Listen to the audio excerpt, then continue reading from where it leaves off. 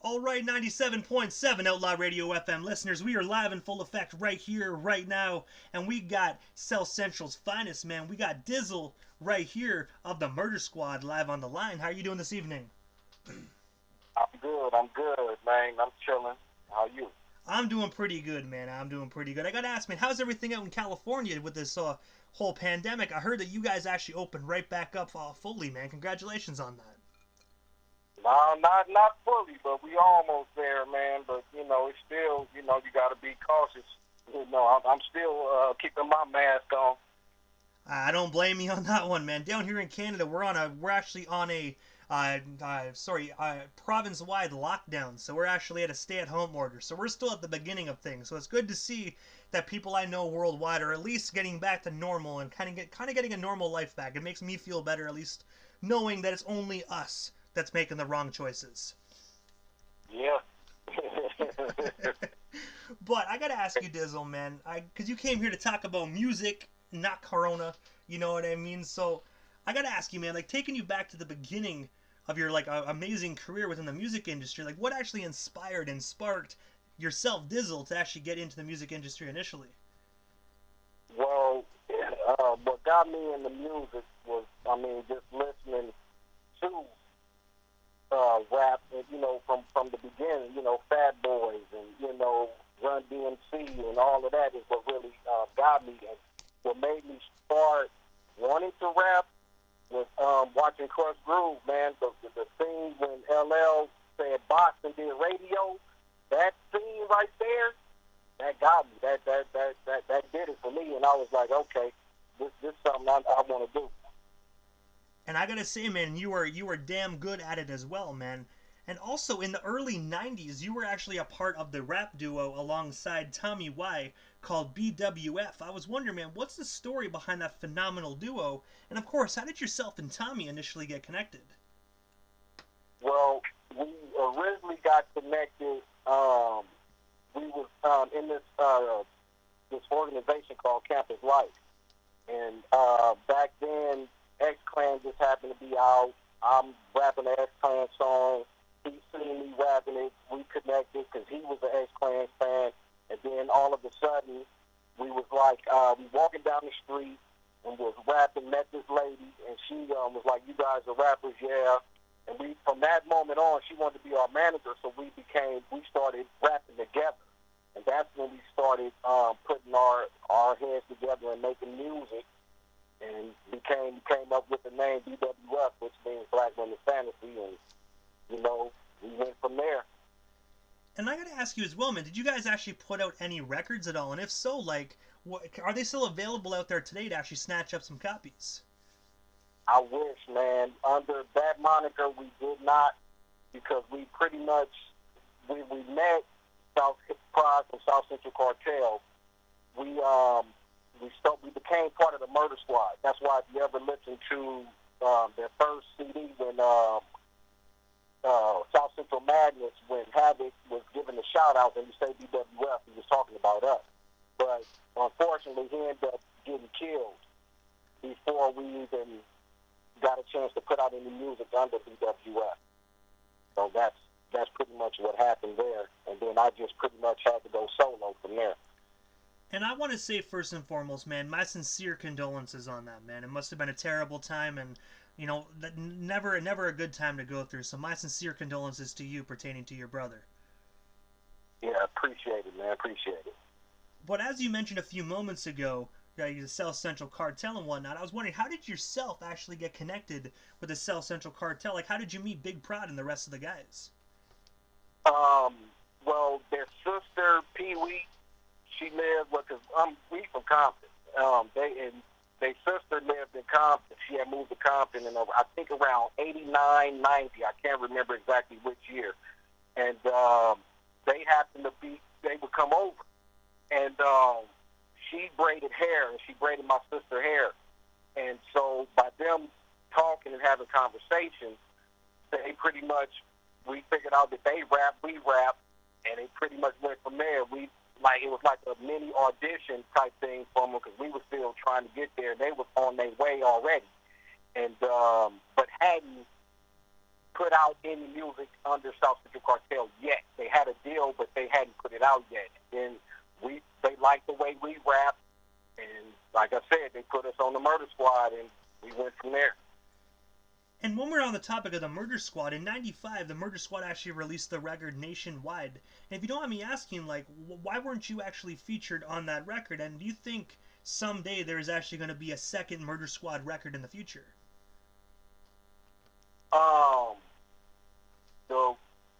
The song is really it's crazy how that happened. I actually did songs for that album, but it didn't make the album. And it really gets real political when you start talking about that. But will there ever be another Murder Squad album? I'm not too sure. I doubt it. I very seriously doubt it, man, to be honest with you. At least not with the original members. Because if you notice, in the Murder Squad album, that's why it's so confusing. People get the Murder Squad mixed with Young Murder Squad. Because Murder Squad was, when the album came out, a lot of the members from Murder Squad wasn't on the Murder Squad album. You know, Havoc, Mouthpiece, he got other, that's why we had the Spice ones, and no disrespect to none of them, we had the Spice ones and the Big Mike and all these other people on the Murder Squad album, and it never really was a real Murder Squad album. That's why the Murder Squad never really established their own identity.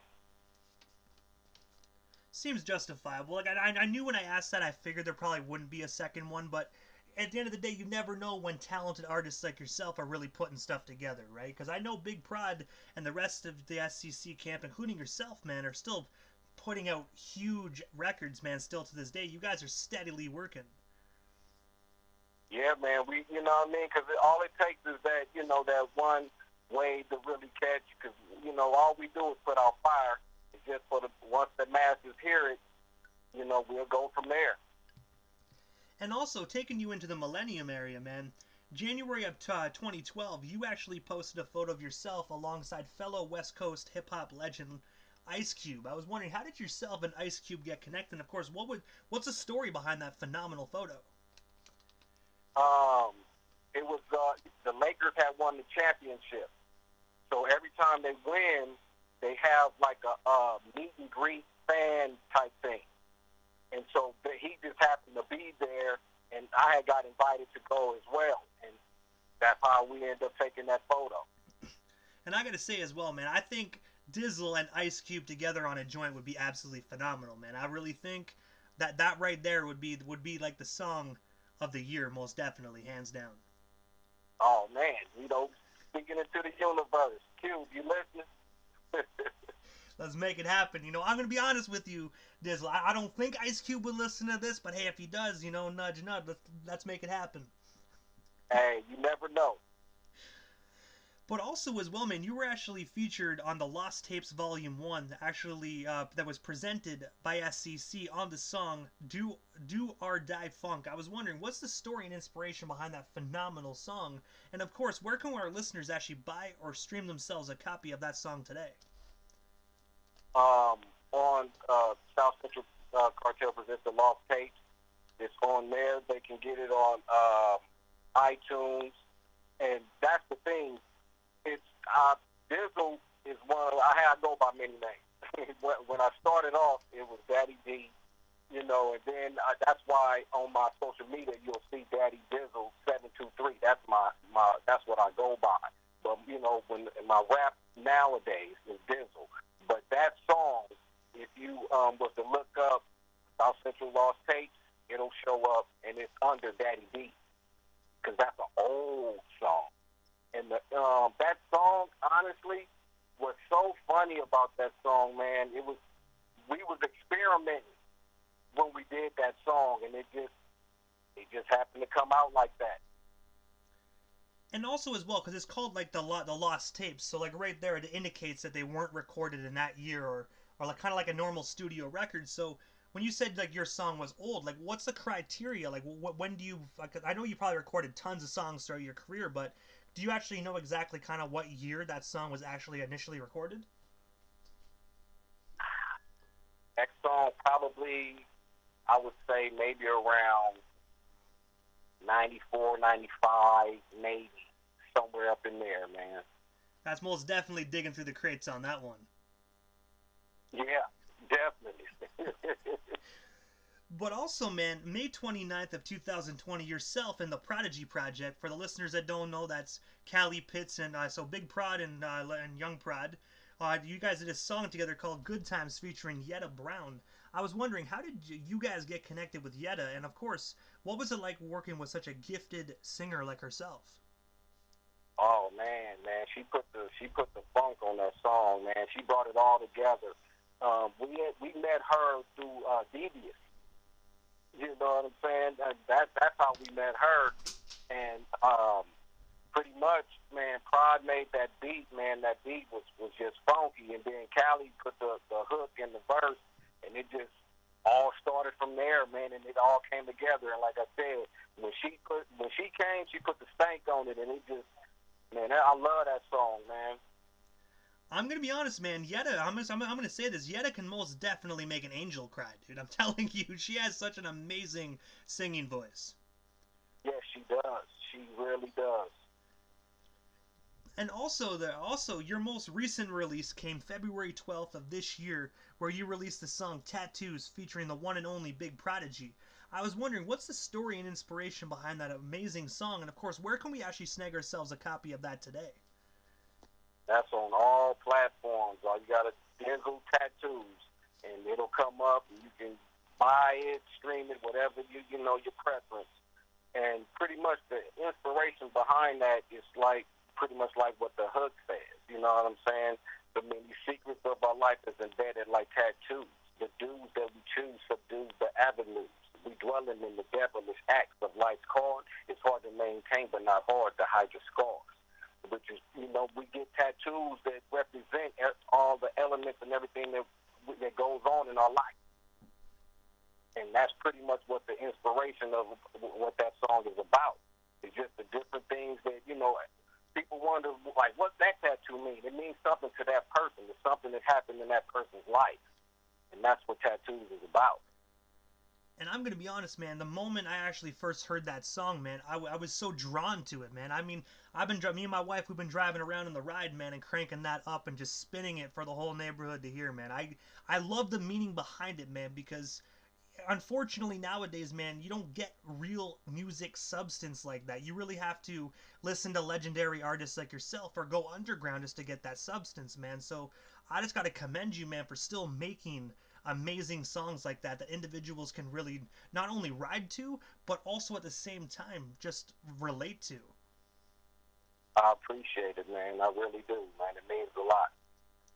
But also as well, man, as well, another thing that you're actually doing with the SCC right now is actually Gangsta Conversations, man, that actually airs right here on Outlaw Radio FM every Saturday nights. But I gotta ask you, man, like, how did you actually join that panel? Because I do know, like, obviously you roll with SCC. It's pretty clear from what we talked about during this interview. But what actually made you decide to jump on the panel with those guys? Because you guys have some real topics, man. Some stuff that a lot of individuals are too afraid to really actually bring up.